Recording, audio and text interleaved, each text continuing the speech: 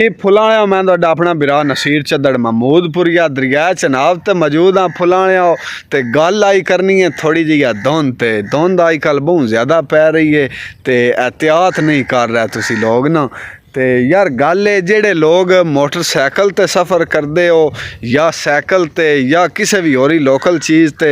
अपनी घरों निकलन लग्या सफ़र दी पहले नंबर ते दुआ पड़ी तो दूजा भाई फुल अपना मतलब इंतज़ाम करके स्कूटर ते अगर तुसी आओ तो हैलमेट दा भाई खास ख्याल रखो। और चादर जेड़ी है ना चादर ये भाई एहतियात नाल ले करो पिछे चक्के दे नाल वली जांदी है तारां दे नाल चादर तो यकीन कर जाओ बंदा बड़ा कोड़ा हो के गिरदा भी है नाल। अगर तुहाडे फैमिली है तो उन्होंने भी आखो भाई चादर जेड़ी है ना इनकी थोड़ी जी एहतियात कीती करो।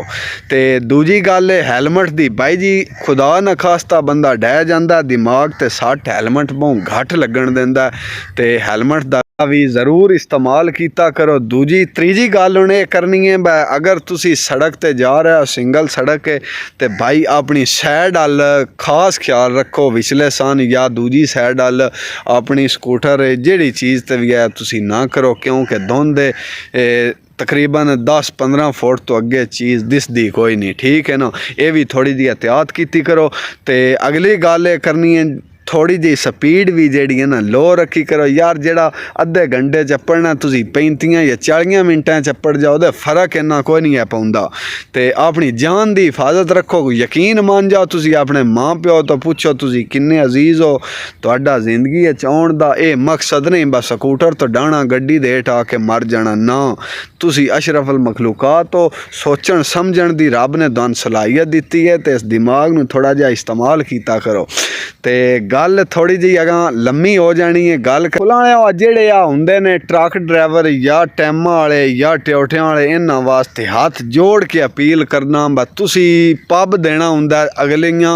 या जेड़ियां तुहाडे विच मतलब 60-70 जान तुसी लैके टुर रहे हो जा रहे हो उन्हां दी भी हिफाजत तुहाडे जिम्मे तुहाडा हक बनदा थोड़ी जी एहतियात करना। यकीन कर जाओ जेड़े बंदे नूं भी तुसी टक्कर मार दिओ बंदा जानों टुर जांदा कुछ एहसास करो थोड़ा जिहा स्पीड वॉल्यूम घट रख लिया करो। दूजी तुहाडी गलती है बस तुसी ऐन मौके दे उत्ते आके हरन मार दे हो खुदा वास्ते बंदा थ्रैड हो जाता बंदे नहीं समझ लगती बा मैं केड़े मने जाना है केड़े मने आ रही है बंदा तुहाडे हेठ आ जाता ठीक है ना। तो मेहरबानी कीता करो थोड़ी जी धुंध वे तुसी भी एहतियात कीता करो थोड़ा जिहा अगर शान है कोई नहीं गुस्ताखी तुहाडी हो जाती थोड़ा जिहा पक्की तो कच्ची वाल भी टायर लै जा अगर तुहाडे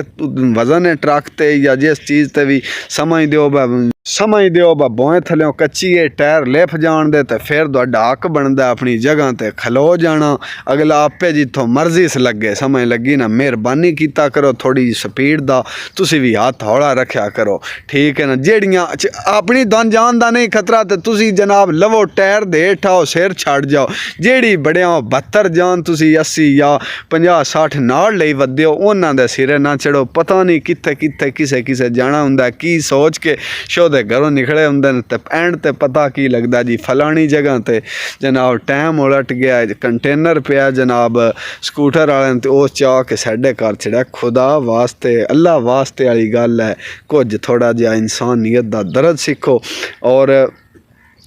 थोड़ी जी एहतियात की करो खास करके धुंधां दे विच ते स्पीड दी भी थोड़ी जी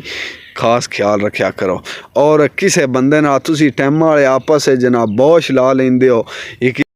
एक ही दूजी साइडां मरैंदे हो जे एक ही दूजी तुसी साइडां मरैंदे हो यकीन कर जाओ बड़ियां दी जान तुख करदी रहिंदी है समझ लगी ना। तो मेहरबानी कीता करो आराम नाल प्यार नाल इंसानियत दा दर्द दिओ सिखाओ लोगों नूं और अच्छे तरीके नाल लोगों दे पेश आओ और अपनी जान दी भी हिफाजत करो जेड़े तुहाडे नाल बैठे ने उन्हां दी जान दी भी हिफाजत करो। यकीन मान जाओ बहुत दुख लगदा जेल्लै सुनी दियां ना वा फलानी थां ते इंज हो गया फलानी थां ते इंज हो गया। चलो दन अपनी नहीं एहसास अपना नहीं कदर दन नहीं मतलब चंगा लगदा दुनिया ते आउणा ते दूजे जेड़े नाल बैठे ने उन्हां दे सिरे ना चढ़ो। बाकी लव यू हो गया धुंध आई इस वजह तो मैं आख्या बिरावन पैगाम दें कुछ चलो एक अद्धा तो समझ आसी सारियां तो समझ ही नहीं कोई नहीं खुश रहा करो दुआवें याद रखे लव यू हो गया।